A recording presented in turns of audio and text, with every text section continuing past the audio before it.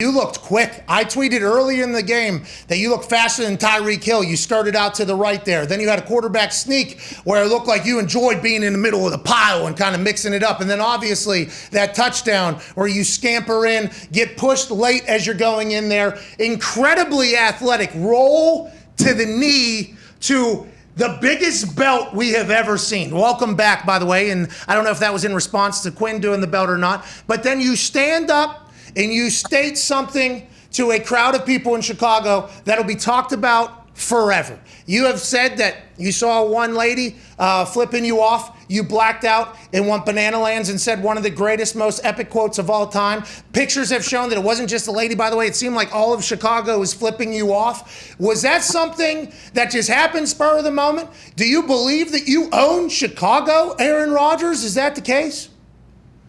It was definitely spur of the moment. And I am proud of my runs. You know, there's been some local media folks in Green Bay who've, talked ad nauseum about my decreasing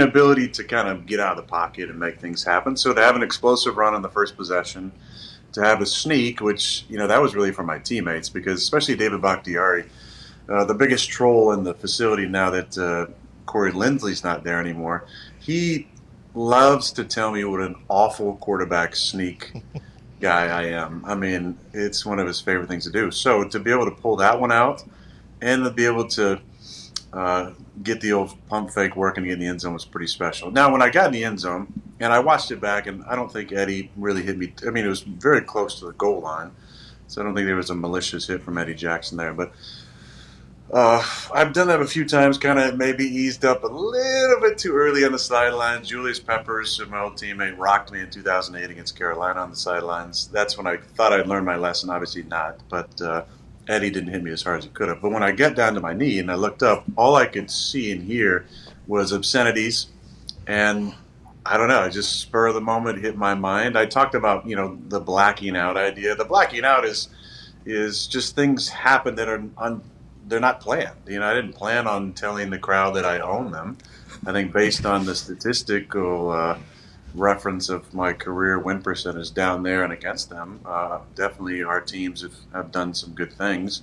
I know I used I a few times, but I do feel like it's a we thing. Okay. Really, since Favre took over, we've flipped that entire series on its head. I think when Favre took over, we were double digits in the hole in the all-time series. The series has been going on for 100 years plus, and now we're 7 up. So it feels good to be on this side of it, and that was a special moment looking back. I didn't realize how crazy it would go, and teammates chiming in from MVS to my buddy Kurt. Ben Kurt is in our room, our third-string quarterback, to just about everybody. I love the response of my teammates backing me up. The belt was not a response to Robert Quinn. I actually didn't even see him do it. And like I said, after the game, I like Robert a lot. I think he's a good human, and I've played against him a number of times on a couple different teams, and so he's not somebody that I would have a problem with doing the belt. But that was definitely spur of the moment, and it was fun. I don't regret it at all.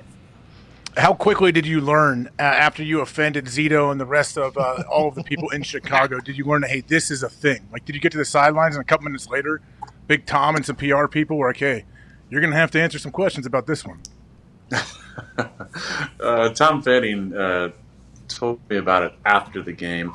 A lot of times, I mean, it's not a rare thing to happen. There's always trash talk between fans and players. I mean, I've heard some of the most ridiculous things and craziest combination of words and slurs and insults over the years on the road, and there's back and forth from time to time. It's rare that it gets picked up the way it did on Sunday. So it's not like that was something that never happened. There's always conversation between players and fans, and most opposing fans are like the Chicago fans. That there's not the happiest and friendliest of back and forths. But I found out about it after the game, and I realized that it was probably going to be a thing. Not maybe as big a thing as it went to, with, some of the things that I saw. But that is the state of our media. Did you think that it was more a negative response to the I still own you thing? Because I'm going to be honest, maybe I just have too many blinders on. Everybody I saw loved it. I mean, Chicago isn't going to love it, but everybody, like, I don't know if you heard Darius Butler came on yesterday. And he was like, to see a quarterback act like that is awesome, because normally quarterbacks are always the right answer, and I think this is what you're referring to. Always in cliches, always working hard, always this, and as soon as you step out of line a little bit, I could see there being a little bit of negativity, but at this point, wasn't everybody on your side, or was there people actually attacking you in this particular world? Well, I don't know about attacking. I mean, Tom sends me choice articles from time to time about what is being said about certain things. I mean, my teammates and the organization, I think, really loved it. I think most Packer fans enjoyed it as well. Hey, we loved it. Hey, we loved it. Zito? No, hated it. Oh, okay, see, it's from Chicago. He was supposed to hate it. He was supposed to hate it. I saw Olin Kreutz said he wanted to punch me in the face. Look, I think that is to say, and I don't know Olin, and I respect him. He played in the league for a long time, but are we getting that soft as a society that we can't have worth now? I mean, somebody can pay for a ticket and say whatever the hell they want, which I think they should be able to. That's fine.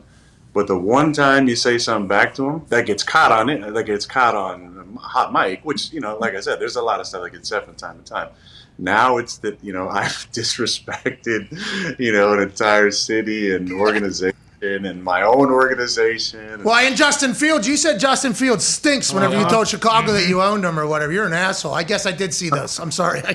I'm just now realizing that you were a terrible person for it, although in my house and in where we are, like, that's the coolest thing we've seen in some time. I said it was going to go down as something to talk about, people talk about forever, as well. Like Randy Moss. Okay, the TO with the autograph, the ball, and you telling a city that you own them when you're 22-5 against them, fucking some of the greatest competitive trash talk in the history of trash talk.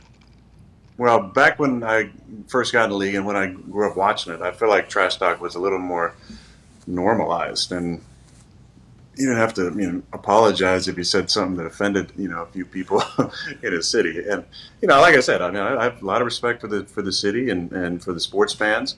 It's been a great rivalry over the years. Thank you. But we have gotten the better of them for a while now. I mean, I don't think I was saying anything that wasn't necessarily close to the truth. If you don't like it, that's fine. That's your prerogative. But let me just clear up one thing as well that you were talking about. Like, I'm so fortunate for this platform, especially this one, to be on here talking with you guys. Like, it means a lot to me because I think people get to see me in a little bit of a different light. That I'm not a repeating robot, cliche-ridden leader of a franchise. I actually have a personality and thoughts and opinions that I think align with most people. But I'm not a victim either. I'm not a victim. I don't look at myself as a victim, or I don't want people to feel bad for me because of the spotlight that I'm in and the platform that I have and the scrutiny that comes with it. I accept all of it. I really do. I don't have a problem with it.